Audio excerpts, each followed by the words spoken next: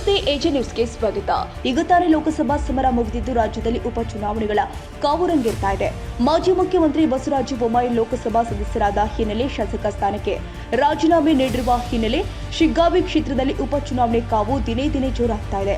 ಇನ್ನು ಬಿಜೆಪಿ ಹಾಗೂ ಕಾಂಗ್ರೆಸ್ ನಡುವೆ ನೇರ ಸ್ಪರ್ಧೆಯಾಗುವ ಸಾಧ್ಯತೆಗಳು ಹೆಚ್ಚಾಗಿದ್ದು, ಇದರ ಮುಂದುವರಿದ ಭಾಗವಾಗಿ ಶಿಗ್ಗಾವಿ ಕ್ಷೇತ್ರದಲ್ಲಿ ಸಮಾಜ ಸೇವೆ ಮೂಲಕ ಅತ್ಯಂತ ಜನಪ್ರಿಯ ವ್ಯಕ್ತಿಯಾಗಿರುವ ಬಿಜೆಪಿ ಪಕ್ಷದ ಮುಖಂಡರು ಆಗಿರುವ ಶಶಿಧರ್ ಯಲಿಗಾರ್ ಅವರೊಂದಿಗೆ ಶಿಗ್ಗಾವಿ ಕ್ಷೇತ್ರದಲ್ಲಿ ಬಿಜೆಪಿ ಪಕ್ಷದಿಂದ ಟಿಕೆಟ್ಗಾಗಿ ಪ್ರಯತ್ನ ಹಾಗೂ ಸಂಘಟನೆ ಹಾಗೂ ಇನ್ನಿತರ ವಿಷಯಗಳ ಬಗ್ಗೆ ನಮ್ಮ ನ್ಯೂಸ್ ಸಮೂಹದ ರಾಜ್ಯ ಉಪಸಂಪಾದಕ ಬಸವರಾಜ್ ಮುಕ್ತವಾಗಿ ಸಂದರ್ಶನ ಮಾಡಿದ್ದಾರೆ. ಹಲೋ, ನಮಸ್ಕಾರ. ನಮ್ಮ ಪತ್ರಿಕಾ ಸಮೂಹಕ್ಕೆ ಒಂದ್ ರೀತಿ ಶಿಗ್ಗಾಂವ್ ಕ್ಷೇತ್ರದ ಬಿಜೆಪಿ ಮುಖಂಡರಾಗಿರ್ತಕ್ಕಂಥ ಶಶಿಧರ್ ಯಲಿಗಾರ್ ಸಿಕ್ಕಿದ್ದಾರೆ. ವಿಶೇಷವಾಗಿ ಈಗ ಒಂದ್ ರೀತಿ ಉಪಚುನಾವಣೆಯ ರಂಗನ ಒಂದ್ ರೀತಿ ಕಾವು ಜಾಸ್ತಿ ಆಗಿದೆ. ವಿಶೇಷವಾಗಿ ಅವರು ಸಹ ಒಂದ್ ರೀತಿ ಅಭ್ಯರ್ಥಿ ಆಗ್ಬೇಕು, ಬಿಜೆಪಿ ಪಕ್ಷದಿಂದ ಬಿಜೆಪಿ ಟಿಕೆಟ್ ಕೊಡ್ಬೇಕು ಅಂತ ಅವ್ರ ಅಭಿಮಾನಿಗಳು ಒತ್ತಾಸೆ ಮಾಡ್ತಾ ಇದ್ದಾರೆ. ಸ್ವತಃ ಶಶಿಧರ್ ಯಲಿಗಾರ್ ಸಿಕ್ಕಿದ್ದಾರೆ. ಸರ್ ನಮಸ್ತೆ. ಹೇಳಿ ಸರ್, ವಿಶೇಷವಾಗಿ ಒಂದ್ ರೀತಿ ಉಪಚುನಾವಣೆ ಮತ್ತೆ ಬಂದಿದೆ. ಬಯಸದೆ ಬಂದ ಭಾಗ್ಯ. ಕಳೆದ ಬಾರಿ ಸಹ ಸ್ಪರ್ಧೆ ಮಾಡಿದ್ರಿ, ಸೋತಿದ್ರಿ. ಈಗ ಮತ್ತೆ ಇದು ತಾವು ಸಹ ನಿಲ್ಬೇಕು ಅಂತ ಹೇಳ್ಬಿಟ್ಟು ನಿಮ್ಮ ಅಭಿಮಾನಿಗಳ ಒತ್ತಾಸೆ ಆಗಿದೆ. ಇಲ್ಲ, ನನ್ಗೆ ಬಿಜೆಪಿದವರು ನನಗೆ ಮಾಡಿದ ಕೆಲಸಗಳನ್ನ, ನಾವು ಮಾಡಿದ ಸೇವೆಗಳನ್ನ ಗುರುತಿಸಿ ನಂಗೆ ಟಿಕೆಟ್ ಕೊಡ್ತಾರ ಅಂತೇಳಿ ಅಂತ ಆಶೆ ಇದೆ. ಟಿಕೆಟ್ ಕೊಟ್ರ ಅಂತಂದ್ರೆ ಖಂಡಿತವಾಗಿ ನಾನು ನಿಂತು ಜಯಬೇದಿಂದ ಆರಿಸಿ ಬರ್ತೇನೆ ಅಂತೇಳಿ ಹೇಳಕ್ ಇಚ್ಛೆ ಪಡ್ತೇನೆ. ಈಗ ಕಳೆದ ಬಾರಿ ಒಂದ್ ರೀತಿ JDS ಇಂದ 18,000ಕ್ಕೂ ಹೆಚ್ಚು ಓಟ್ಗಳು ತಗೊಂಡಿದ್ರಿ. ವಿಶೇಷವಾಗಿ ಲೋಕಸಮರದಲ್ಲಿ ಪ್ರಹ್ಲಾದ್ ಜೋಶಿ ಅವ್ರನ್ನ ಗೆಲ್ಲಿಸ್ಲಿಕ್ಕೆ ಸಾಕಷ್ಟು ಪ್ರಯತ್ನ ಮಾಡಿದ್ರಿ, ಓಟ್ಗಳನ್ನ ಕೊಡ್ಸಿದ್ದೀರಾ. ಏನಾದ್ರು ಮಾತೇನಾದ್ರು ಕೊಟ್ಟಿದ್ದೀರಾ ಈ ಬಾರಿ ನಿಮ್ಗೆ ಟಿಕೆಟ್ ಅಂತ ಹೇಳ್ಬಿಟ್ಟು? ಇಲ್ಲ, ಆ ರೀತಿ ಮಾಡ್ಕೊಂಡು ನಾನೇನು ಪಕ್ಷಕ್ಕೆ ಸೇರಿಲ್ಲ. ಯಾಕಂದ್ರೆ ನಾನು ಮಾಡಿದ ಕೆಲಸಗಳು ಇರ್ತಾವ, ಮತ್ತೆ ನಾನು ಬಿಜೆಪಿ ಪಕ್ಷದ ಒಟ್ಟಿಗೆ ಸೇರ್ಕೊಂಡು ಬಿಜೆಪಿ ಪಕ್ಷವನ್ನ ಗೆಲ್ಲಿಸ್ಬೇಕಂತೇಳಿ ಅಂದ್ರೆ ಮುಂದುವರ್ಕೊಂಡು ಹೋಗಿದ್ದೆ. ಯಾಕಂದ್ರೆ ನಾನು ಬೆಳೆದು ಬಂದಿದ್ದ ರೀತಿ ನನಗೆ ಯಾರೂ ರಾಜಕೀಯದಲ್ಲಿ ಗಾಡ್ ಫಾದರ್ ಇಲ್ಲ. ನನಗೇನ್ ತಿಳಿತೈತಿ ಅದನ್ನ ಮಾಡ್ತಾ ಇದ್ದೇನೆ. ಕೊರೋನಾ ಸಮಯದಲ್ಲಿ ನನಗೆ ಕೊರೋನಾ ಆಗಿ ನಾನು ಪುನರ್ಜನ್ಮ ಬಂದ ಮೇಲೆ ನಾನು ಒಂದು ಸೇವೆ ಮಾಡ್ಬೇಕಂತೇಳಿ ನನ್ನ ಮನಸ್ಸಿಚ್ಛೆಯಿಂದ ಎಲ್ಲ ಸೇವೆ ಮಾಡಿದ್ದೆ. ಅದನ್ನ ನೋಡ್ಕೊಂಡು ಜನರು ಎಲ್ಲರೂ ನನಗೆ ಕಳೆದ ಸಲ ಎಲೆಕ್ಷನ್ಗೆ ನಿಲ್ರಿ ಅಂತೇಳಿ ಹೇಳಿದ್ರು. ನನಗೆ ಟಿಕೆಟ್ ಸಿಗ್ಲಿಲ್ಲ ಕಾಂಗ್ರೆಸ್ನಿಂದ. ಅವಾಗ JDS ನಿಂದ ನಾನು ನಿಂತ್ಕೊಂಡಿದ್ದೆ. ಜನರು ಬಹಳ ಬೆಂಬಲ ಕೊಟ್ಟರು. ಅದು ಆದ್ಮೇಲೂ ಸಹಿತನು ಜನರು ಇವತ್ತಿನವರೆಗೂ ನನಗೆ ಫೋನ್ ಮಾಡ್ತಾ ಇರ್ತಾರೆ. ಮಕ್ಕಳು ಎಲ್ಲಿ ಹೋದ್ರು ನನಗೆ ಗುರುತಿಸ್ತಾರೆ. ಆಶಾ ಕಾರ್ಯಕರ್ತರು ಎಲ್ಲರೂ ನನ್ನನ್ನು ಗುರುತಿಸಿ, ಸರ್ ಈ ಸಲ ಆದ್ರೂ ನೀವು ಉಪಚುನಾವಣೆಗೆ ನಿಲ್ರಿ, ನಾವು ಹಗಲು ರಾತ್ರಿ ಆದ್ರೂ ನಿಂತು ನಿಮ್ಮನ್ನು ಗೆಲ್ಲಿಸ್ಕೊಡ್ತೇವೆ, ಹೋದ್ ಸಲ ನಮ್ಗೆ ಗೆಲ್ಸಕ್ ಆಗ್ಲಿಲ್ಲ ಅಂತೇಳಿ ಬಹಳ ಪ್ರೀತಿಯಿಂದ ಹೇಳ್ತಾರೆ. ಅವೆಲ್ಲ ನೋಡಿದಂದ್ರೆ ನನಗೆ ಬಿಜೆಪಿ ಟಿಕೆಟ್ ಸಿಕ್ತಂದ್ರೆ 100ಕ್ಕೆ 100 ನಾನು ಆರಿಸಿ ಬರ್ತೇನೆ ಅಂತೇಳಿ ಹೇಳಕ್ ಇಚ್ಛೆ. ಶಶಿಧರ್ ಯಲಿಗಾರ್ ಅಂದ್ರೆ ಒಂದ್ ರೀತಿ ನೇರ ನಿಷ್ಠುರ ವ್ಯಕ್ತಿ, ವಿಶೇಷವಾಗಿ ಸಾಕಷ್ಟು ಸೂಕ್ಷ್ಮತೆ ವ್ಯಕ್ತಿ, ಸಮಾಜ ಪರ ವ್ಯಕ್ತಿ. ಇಂತಹ ಸಂದರ್ಭದಲ್ಲಿ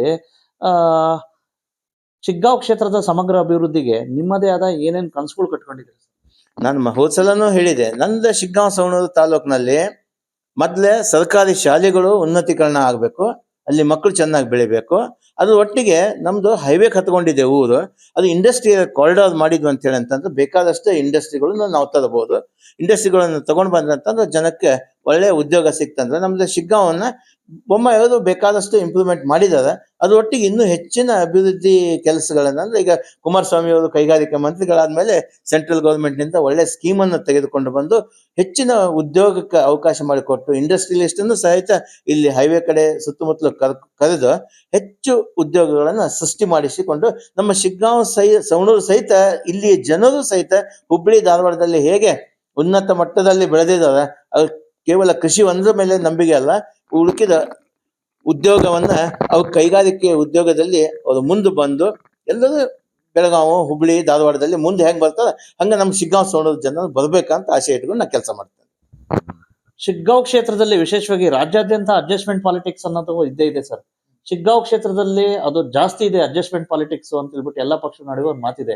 ನೀವು ಸಹ ಹತ್ರದಿಂದ ನೋಡಿದ್ರೆ ಈ ಪರಿಸ್ಥಿತಿಯನ್ನ, ಈ ಅನುಭವದ ಬಗ್ಗೆ ಸರ್ ಇದ ಜನ ಅಂತಾರೆ, ಅದು ನಾನು ಹೊಸ ಎಲೆಕ್ಷನ್ ನಾನು ಮಾಡೇನಲ್ರಿ, ನನ್ನ ಅನುಭವ ಅಂತದೇನು ಅಡ್ಜಸ್ಟ್ಮೆಂಟ್ ಪಾಲಿಟಿಕ್ಸ್ ಇಲ್ಲ. ಯಾಕಂದ್ರೆ ನಾನು ಎಲೆಕ್ಷನ್ ನಿಂತು ಮಾಡಿದ್ದೇನೆ. ಆದ್ರೆ ನಾನು ಒಳ್ಳೆ ಪಕ್ಷ ಸೇರಿದಾಗ ಅಂತ ಹೇಳಿ ಅಂತಂದ್ರೆ ನನಗೆ ಇದು ಅಡ್ಜಸ್ಟ್ಮೆಂಟ್ ಪಾಲಿಟಿಕ್ಸ್ ಆಗಂಗಿಲ್ಲ. ಪಕ್ಷ ಕೆಲಸ ಮಾಡಿದವ್ರನ್ನ ಗುರುತಿಸಿಕೊಂಡು ಅವ್ರಿಗೆ ಟಿಕೆಟ್ ಕೊಡ್ತದ ಅಂತೇಳಿ ಒಂದು ನಾನು ಕಂಡುಕೊಂಡಿದ್ದೇನೆ. ಅದು ಅದೇ ರೀತಿನೇ ಮಾಡ್ತದ ಅಂತೇಳಿ, ಅಷ್ಟು ನನಗೇನು ಅನ್ಸಿಲ್ಲ ಅಡ್ಜಸ್ಟ್ಮೆಂಟ್ ಪಾಲಿಟಿಕ್ಸ್ ಐತಿ ಇಲ್ಲಿ ಅಂತೇಳಿ. ಈಗ ಒಂದ್ ರೀತಿ ಬೊಮ್ಮಾಯಿ ಅವ್ರ ಜೊತೆ ಹೋಗಿ ಬಿಜೆಪಿಗೆ ಅಮಿತ್ ಶಾ ಅವರ ಒಂದು ಸಮ್ಮುಖದಲ್ಲಿ ಸೇರ್ಪಡೆ ಆದ್ರಿ. ವಿಶೇಷವಾಗಿ ಏನ್ ಅನ್ಸ್ತದೆ ಸರ್, ಬಿಜೆಪಿ ಪಕ್ಷಕ್ಕೆ ಹೋಗಿದ್ದೀರಾ, ಯಾವ ರೀತಿ ಮನೋಸ್ಥಿತಿ ಇದೆ ಸರ್? ನೀವು ನೋಡಿದ್ರೆ ಜಾತ್ಯತೀತ ಮನೋಸ್ಥಿತಿ. ಬಿಜೆಪಿ ಒಳಗೆ ಹಂಗ ನಿತಿನ್ ಗಡ್ಕರಿ ಅವ್ರು ಇದಾರೆ, ಅವರು ಜಾತ್ಯತೀತನೇ ಇದಾರೆ, ಎಲ್ಲರೂ ಜಾತ್ಯತೀತ ಇದಾರೆ. ಬಿಜೆಪಿ ಅಂತ ಅಂದ್ಕೊಳ್ಳಿ ಏನಂತಂದ್ರೆ ಎಲ್ಲರೂ ಹಿಂದೂ ಪರವಾಗಿ ಅಂತ ಹೇಳಿ ತಿಳ್ಕೊಳಕ್ ಹೋಗ್ಬೇಡ್ರಿ. ನನಗೆ ಬಹಳಷ್ಟು ದೊಡ್ಡ ದೊಡ್ಡ ಲೀಡರ್ಸ್ ಗೊತ್ತೈತಿ, ಅವ್ರು ಇವನ್ ಮುಸ್ಲಿಮ್ಸ್ ಆದ್ರೂ ಅವ್ರಿಗೆ ಓಟ್ ಹಾಕ್ತಾರೆ. ಈಗ ಯಾವ ಪಕ್ಷದಲ್ಲಿ ಇದ್ರೇನು ನಮ್ಗೆ ನಾವು ಸ್ವಚ್ಛವಾಗಿದ್ವಿ ಅಂತಂದ್ರೆ ಅದಕ್ಕೇನು ಅನ್ಸಂಗಿಲ್ಲ. ನಾವು ಮೊದಲಿಂದ ಜಾತ್ಯತೀತವಾಗಿನೇ ಇದ್ದೇವೆ. ನಮ್ಮ ಕಡೆ ಇವತ್ತಾದ್ರೂ ನೂರಾರು ಜನ ಕೆಲಸದವ್ರು ಬರ್ತಾರೆ, ನಾವು ಯಾವ್ದು ಜಾತಿ ನೋಡಂಗಿಲ್ಲ. ಅದೇ ರೀತಿಯಿಂದ ಬೆಳೆದೇವಿ, ಅದೇ ರೀತಿನ 25 ವರ್ಷ ನಾವು ಮಾಡ್ಕೊಂಡು ಬಂದಿದ್ದ. ನಾನು ಬಿಜೆಪಿ ಒಳಗಿದ್ರು ಸಹಿತ ಆ ಜಾತ್ಯತೀತ ಅಂತೇಳಿ ಅದ್ಯಾವುದೂ ಶಬ್ದ ಬರಂಗಿಲ್ಲ. ಎಲ್ಲ ಜನರು ನಮ್ಮವರೇ ಅಂತೇಳಿ ನಾನು ಕೆಲಸ ಮಾಡ್ತೇನೆ. ಬಿಜೆಪಿ ಪಕ್ಷಕ್ಕೂ ಅವಾಗ ಏನಾರು ಮುಂಬರ್ತಕ್ಕಂಥ ದಿನಗಳಲ್ಲಿ ಸೂಕ್ತ ಸ್ಥಾನಮಾನ ಬೇಕು ಅಂತ ಹೇಳ್ಬಿಟ್ಟು ಏನೋ ಬೇಡಿಕೆ ಇಟ್ಟಿದ್ರು. ಅಂಥದ್ದು ಯಾವ್ದು ಬೇಡಿಕೆ ಇಟ್ಟಿಲ್ಲ. ಯಾಕಂದ್ರೆ ಬಿಜೆಪಿ ಪಕ್ಷ ಎಂತೆಂಥವ್ರನ್ನು ಕೆಲಸ ಮಾಡಿದಾರ ಅಂತೇಳಿ ಅಂತಂದು ಕಾರ್ಯಕರ್ತರನ್ನು ಹಿಡ್ಕೊಂಡು ಅವ್ರನ್ನ ಗುರುತಿಸ್ಕೊಡ್ತಾರೆ. ಅದೇ ರೀತಿ ನಾನು ಮಾಡಿದ ಸೇವೆಗಳು ಇಲ್ಲಿ ಜನರ ಅಭಿಪ್ರಾಯ ಇತ್ತಂದ್ರೆ ನನಗೆ ಟಿಕೆಟ್ ಕೊಡ್ತಾರ ಅಂತೇಳಿ ಅದ ಒಂದೇ ಕಾರಣದಿಂದ ನಾನು ಹೋಗಿದ್ದೇನೆ. ಅದನ್ನ ಗುರುತಿಸ್ಕೊಟ್ರೆ ಅಂತಂದ್ರೆ 100% ನನಗೆ ಟಿಕೆಟ್ ಸಿಗ್ತೈತೆ ಅಂತ. ಇಡೀ ಪ್ರಪಂಚದಲ್ಲೇ ದೊಡ್ಡ ಪಕ್ಷ ಬಿಜೆಪಿ. ಸಾಕಷ್ಟು ಒಂದ್ ರೀತಿ ಒಂದ್ ಕಡೆ ವಿಶ್ವ ಮೆಚ್ಚಿದ ಒಂದ್ ರೀತಿ ನಾಯಕತ್ವ ನರೇಂದ್ರ ಮೋದಿ ಅವರ ಇರ್ತಕ್ಕಂಥ ಪಕ್ಷ. ಕಳೆದ ಬಾರಿ ಒಂದ್ ರೀತಿ ಪ್ರಥಮವಾಗಿ ವಿಶೇಷವಾಗಿ ಈ ಕಡೆ ಭಾಗದ ನೇತೃತ್ವ ವಹಿಸ್ಕೊಂಡ್ರಿ. ಮೋದಿ ಅವ್ರನ್ನ ಪ್ರಧಾನ ಮಂತ್ರಿ ಮಾಡ್ಬೇಕು, ಜೋಶಿ ಅವ್ರನ್ನ ಗೆಲ್ಸ್ಬೇಕು ಅಂತ ಹೇಳ್ಬಿಟ್ಟು ಮೋದಿ ಅವ್ರನ್ನ ಪ್ರಧಾನ ಮಂತ್ರಿ ಮಾಡಿದಿರಾ, ಜೋಶಿ ಅವ್ರನ್ನ ಗೆಲ್ಸಿ ಮತ್ತೆ ಮಂತ್ರಿ ಮಾಡಿದಿರಾ. ಶಿಗ್ಗಾಂವ್ ಕ್ಷೇತ್ರಕ್ಕೆ ಸಂಬಂಧಿಸಿದಂತೆ ಜೋಶಿ ಅವರಿಂದ ಏನೇನ್ ನಿರೀಕ್ಷೆ ಮಾಡಿದಿರಾ ಕೆಲಸಗಳನ್ನ? ಕಳೆದ ಸಲ ನಾವು ನೋಡಿದಾಗ ಅಂದ್ರೆ ಜೋಶಿ ಅವ್ರು ನಮ್ಮ ಶಿಗ್ಗಾಂವ್ ಸವಣೂರಕ್ಕೆ ಹೆಚ್ಚಿಗೆ ಬಂದಿಲ್ಲ. ಆದ್ರೆ ಈಗ ಮೊನ್ನೆ ಪ್ರತಿ ಸಲ ನಾವು ಹೇಳಿದಾರೆ, ಈ ಸಲ ಅಂತೂ ನಮ್ಮ ಬೊಮ್ಮಾಯಿ ಸಾಹೇಬರು ಹಾವೇರಿಗೆ ಹೋದ್ರು. ಈಗ ಬಂದು ಮೊದಲೇ ಭೇಟಿ ಈ ಸಲ ಜೋಶಿ ಅವ್ರು ಮೊನ್ನೆ ಬಂದು ಯಾವ ಊರಿಗೆ ಹೋಗಿಲ್ಲ, ಶಿಗ್ಗಾಂವ್ಗೆ ಬಂದು ಭೇಟಿ ಕೊಟ್ಟರು. ಅಂದ್ರೆ ಅವರಿಂದ ನಾವು ಬಹಳಷ್ಟು ನಿರೀಕ್ಷೆ ಮಾಡಿದ್ದೀವಿ. ಅವರು ಕೊಟ್ಟ ಆಶ್ವಾಸನೆಗಳನ್ನು ಎಲ್ಲವನ್ನು ಈಡೇರಿಸ್ತಾರೆ ಅಂತ ಹೇಳಿ ಪ್ರತಿಯೊಂದು ಊರಿಗೂ ಬರ್ತಾರೆ, ಏನು ಪ್ರಾಬ್ಲಮ್ ಐತೆ ಅದು ನೋಡ್ಕೊಳ್ತಾರೆ, ಜನ ಸ್ಪಂದನೆ ಮಾಡ್ತಾರೆ. ಇಲ್ಲಿನೂ ಸಹ ಅವ್ರು ಮುಂದಿನ ದಿನಮಾನಗಳಲ್ಲಿ ಹೆಚ್ಚಿನ ಉದ್ಯೋಗ ಕೊಡಿಸಿಕೊಡ್ಲಿಕ್ಕೆ ಅಂತಂದು ಸಹಾಯ ಮಾಡ್ತಾರೆ. ಅದು ಬೆಳವಣಿಗೆ ಅಂತೂ ಮಾಡ್ತದ ಅಂತೇಳಿ ಅವ್ರ ಬಗ್ಗೆ ನಾನು ಹೆಮ್ಮೆಯಿಂದ ಹೇಳಕ್ ಇಚ್ಛೆಪಡ್ತೀನಿ. ಈಗ ಜೋಶಿ ಅವರೇ ಒಂದು ಮಾತು ಕೊಟ್ಟಿದ್ದಾರಂತೆ, ವಿಶೇಷವಾಗಿ ಒಂದ್ ರೀತಿ ಬಸವರಾಜ ಬೊಮ್ಮಾಯಿ ಅವರ ಪುತ್ರ ಏನಾರು ಕ್ಯಾಂಡಿಡೇಟ್ ಆಗ್ಲಿಲ್ಲ ಅಂದ್ರೆ ನೆಕ್ಸ್ಟ್ ನಿಮ್ಗೆ ಅಂತ ಹೇಳ್ಬಿಟ್ಟು ಏನೋ ಒಂದು ಮಾತು ಕೊಟ್ಟಿದ್ರಂತೆ. ವಿಶೇಷವಾಗಿ ಶಿಗ್ಗಾಂವಲ್ಲಿ ಈಗ 2ನೇ ಹಂತದ ನೀವೇ ಸರ್ ನಾಯಕರು. ಬಸವರಾಜ ಬೊಮ್ಮಾಯಿ ಅವರಂತೂ ಲೋಕಸಭಾ ಅಭ್ಯರ್ಥಿಯಾಗಿ ಹೊರಟೋದ್ರು, ಒಂದ್ ರೀತಿ ಗೆದ್ರು. ಆನಂತರ ಅವ್ರ ಮಗ ಬಿಟ್ರೆ ಪ್ರಮುಖವಾಗಿ ಬಿಜೆಪಿಲಿ ನೀವೇ ಲೀಡ್ರು. ವಿಶೇಷವಾಗಿ ಏನಾರು ಅವ್ರ ಮಗುಂಗೆ ಟಿಕೆಟ್ ಏನಾದ್ರು ಸಿಗ್ಲಿಲ್ಲ ನಿಮ್ಗೆ ಇದ್ ಮಾಡೋದಾದ್ರೆ ನಿಜವಾಗೂ ಎಲ್ಲಾ ಬಿಜೆಪಿ ಏನಾದ್ರು ಸಿಗ್ಲಿಲ್ಲ ನಿಮ್ಗೆ ಇದ್ ಮಾಡೋದಾದ್ರೆ ನಿಜವಾಗೂ ಎಲ್ಲಾ ಬಿಜೆಪಿ ಕಾರ್ಯಕರ್ತರಿಗೆ ಏನ್ ಹೇಳಿಕ್ ಬಯಸ್ತೀರಾ? ಬಿಜೆಪಿ ಕಾರ್ಯಕರ್ತರು ಬಿಜೆಪಿ ಪಕ್ಷದಲ್ಲಿ ಯಾವತ್ತಿದ್ರು ಇದ್ದಾರೆ, ಬಿಜೆಪಿ ಪಕ್ಷಕ್ಕಾಗಿ ದುಡಿತಾ ಇದ್ದಾರೆ. ಅವರು ಯಾವುದೇ ಅಭ್ಯರ್ಥಿಗೆ ಟಿಕೆಟ್ ಕೊಟ್ರು ಅವ್ರನ್ನ ಆರಿಸಿ ತಗೊಂಡ್ ಬರ್ರಿ ಅಂತ ಹೇಳಿ ಅಂದ್ರೆ ನಾನು ಎಲ್ಲ ಕಾರ್ಯಕರ್ತರಿಗೆ, ಬಿಜೆಪಿ ಕಾರ್ಯಕರ್ತರಿಗೆ ಹೇಳಕ್ ಬರ್ತೇನೆ, ಪಕ್ಷದ ತತ್ವ ಸಿದ್ಧಾಂತಗಳಿಗೆ ಶಿಗ್ಗಾಂವ್ ಸವಣೂರು ಬಹಳ ಅಂದ್ರೆ ಬಹಳ ಗಟ್ಟಿಯಾಗಿ ನಿಲ್ತೈತಿ. ಯಾಕಂದ್ರೆ 4 ಚುನಾವಣೆಯಾಗಿ ನಾವು ನೋಡಾಕತ್ತೇವೆ.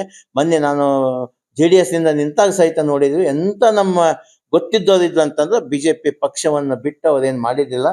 ಈ ಸಲನು ಮುಂದುವರಿಸ್ಕೊಂಡು ಅದೇ ನಾನು ಅವ್ರಿಗೆ ಸಲಹೆ ಕೊಡ್ತೇನೆ, ಯಾರಿಗೆ ಟಿಕೆಟ್ ಕೊಟ್ರು ಬಿಜೆಪಿಗೆ ಪಕ್ಷಕ್ಕೆ ಮಾಡ್ರಿ ಅಂತ ಹೇಳಕ್ಕೆ ಇಚ್ಛೆಪಡ್ತೇನೆ.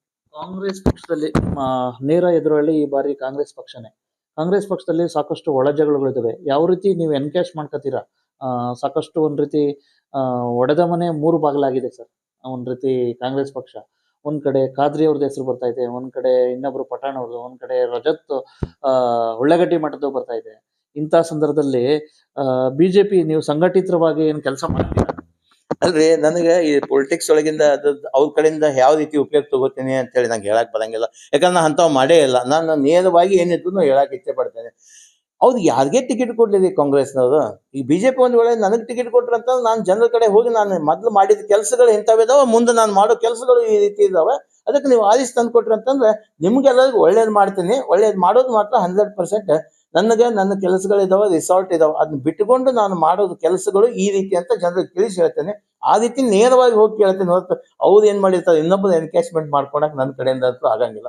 ಜನರು ಮಾತ್ರ ಅವರೇ ಎನ್ಕೇಜ್ ಮಾಡ್ತಾರೆ, ಯಾರು ಒಳ್ಳೆಯವರು ಅಂತ ನೋಡಿ ಓಟ್ ಹಾಕ್ತಾರೆ ಅಂತ ಜನರ ಮೇಲೆ ಬಿಟ್ಟಿದ್ದಾರೆ. ಈಗ ಒಟ್ಟಾರೆ ಏನಪ್ಪಾ ಅಂದ್ರೆ ಈ ಉಪಚುನಾವಣೆಯಲ್ಲಿ ನೀವು ಸಹ ಒಬ್ಬ ಟಿಕೆಟ್ ಆಕಾಂಕ್ಷಿ. ಹೌದು, ನಾನು ಟಿಕೆಟ್ ಆಕಾಂಕ್ಷಿ ಇದೆ. ಜನರ ಸೇವೆ ಮಾಡ್ಬೇಕಂತ ಐತಿ. ಹೋದ್ಸಲ ಎಲೆಕ್ಷನ್ ನಿಂತಿದ್ವಿ ಐತಿ. ಇದೊಂದ್ಸಲ ಅವಕಾಶ ಕೊಟ್ರಿ ಅಂತಂದ್ರೆ ಡೆಫಿನೆಟ್ಲಿ ಸೇವೆ ಮಾಡಕ ನನಗೊಂದು ಒಳ್ಳೆ ಅಪರ್ಚುನಿಟಿ ಸಿಕ್ಕಂಗ ಆಗ್ತೈತಿ. ನಿವೇದನೆ ಕೊಟ್ಟಿದ್ದೀರಾ? ಮನವಿ ಕೊಟ್ಟಿದ್ದೀರಾ? ನಿಮ್ಮ ಹೈಕಮಾಂಡ್ ಇಲ್ಲ ನಾನು ಹೈಕಮಾಂಡ್ ಅಂದ್ರೆ ಯಾವ್ದು ಇಲ್ಲ. ಈಗ ಬಸವ ಬೊಮ್ಮಾಯಿ ಸಾಹೇಬರು, ಜೋಶಿ ಸಾಹೇಬರು ಇಬ್ಬರನ್ನ ಹೈಕಮಾಂಡ್. ಈ ಬಗ್ಗೆ ಮಾತಾಡಿಲ್ಲ. ಇಲ್ಲ, ಏನ್ ಮಾತಾಡಿಲ್ಲ. ಮುಂದಿನ ವಾರ ಮಾತಾಡ್ತೇನೆ. ಮಾತಾಡಿ ಮಂದಾಳದ ಮಾತುಗಳನ್ನ ಹೇಳ್ತೇನೆ. ಅವ್ರು ಒಂದ್ ವೇಳೆ ಒಪ್ಪಿಕೊಂಡು ಕೊಟ್ರು ಅಂತ ಹೇಳಿ ಅಂತಂದ್ರೆ ಇಲೆಕ್ಷನ್ ಮಾಡ್ತೇನೆ. ಇವಿಷ್ಟು ಒಟ್ಟಾರೆ ಶೆಕರೆ ಗೊತ್ತಾಯ್ತಲ್ಲ.